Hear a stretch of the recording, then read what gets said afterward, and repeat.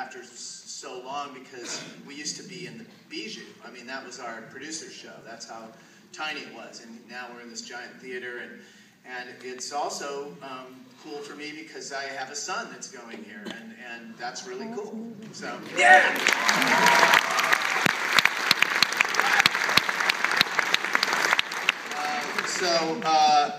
I had a weird childhood. It was a good childhood, but it was kind of schizophrenic because I was having kind of a normal childhood, and then I was secretly going in the basement and making these films, and I couldn't talk to anyone about them because it was animation, and my heroes were people nobody had heard of, you know, Milt Kahl and Frank Thomas and Ollie Johnson, Mark Davis, and all these people, and I didn't, my mom tolerated it really well. She'd smile and stuff like this, but I was just like, and she had to just kind of nod and go, yeah, that could be interesting if I knew what you were talking about. And CalArts was really the first place where I got to actually talk and have other people who had opinions about all this stuff that had been just in my mind. So I hope, now there are lots of books about animation. There's, all the DVDs are available to you. There's making-ofs all over the place. But this was kind of a clandestine, almost vanishing art form. And I'm looking at Musker there, and he knows what it's all about. It was like, it was like dying when we were doing it. It was like the, Globetrotter, Elephant Man, Power Hour was the only thing that was being made, It was really, yeah. And so it was kind of at death's door. It was kind of coughing up blood when we got around. So it's really, now it's considered a hip occupation. So you guys are in kind of a golden time, take advantage of it. And, but CalArts was a place where you could kind of be openly obsessive and talk about this weird thing you noticed in this one Chuck Jones cartoon, and somebody else would go, yeah! And I think that it's really a special time, and you won't know that now. You'll know it later. And a lot of the people that you'll meet at the school will, go on to do really cool things, and you'll have this in common. And that's rare, and it's special, and CalArts doesn't tell you how to drive. It just kind of steps on the gas. So if you want to waste time, you can really waste time at CalArts.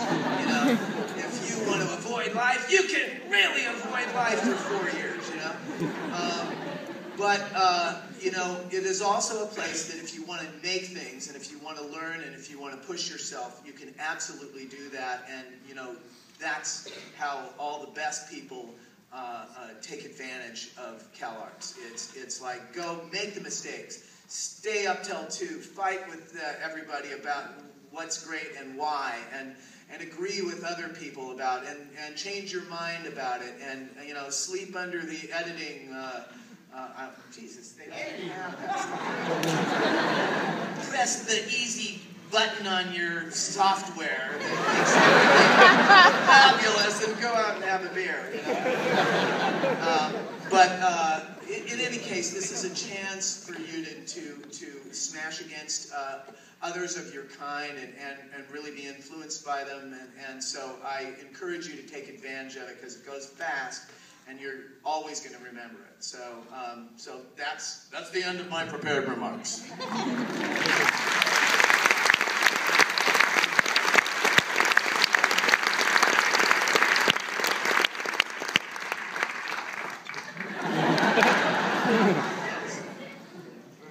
The first award is the inappropriately named. No. The first award of the evening is the 2013 Peers Pick Award, which is voted on by the students. Yes? Okay. Please join me in congratulating John Kim for his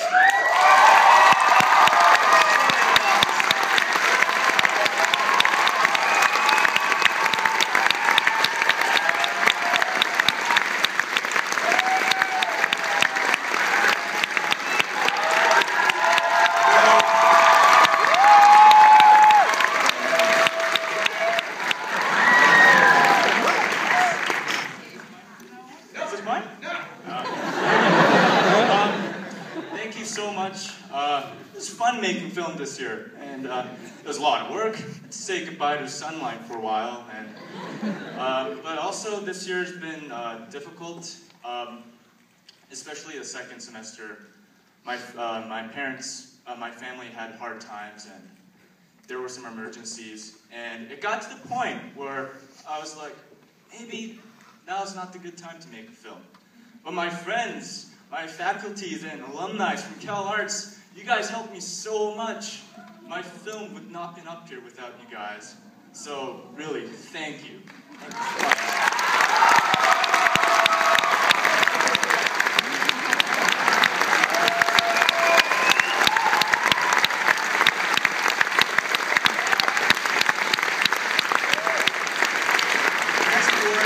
The 2013 Walter and Gracie Lance Animation Prize, which is voted on by the faculty. Please join me in congratulating Jacob Stryline for his film Punctual.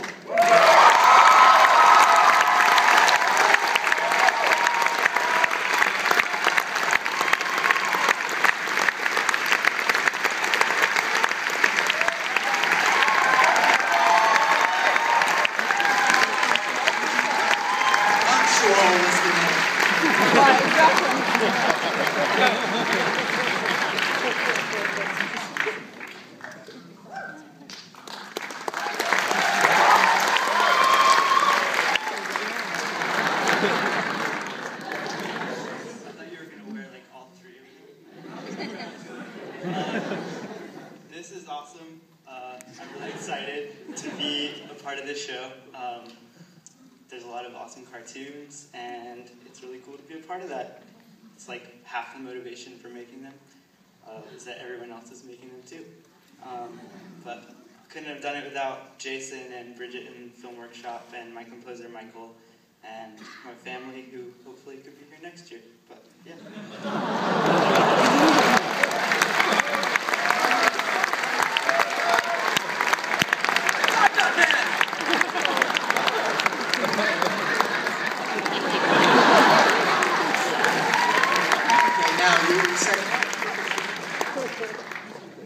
One more quick thing before we start, sorry. I omitted to say earlier.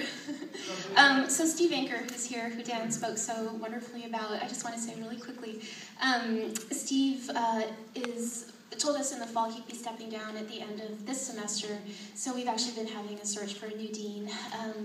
So in actual fact, he's going to stay on this coming fall, and possibly next spring, we're not sure.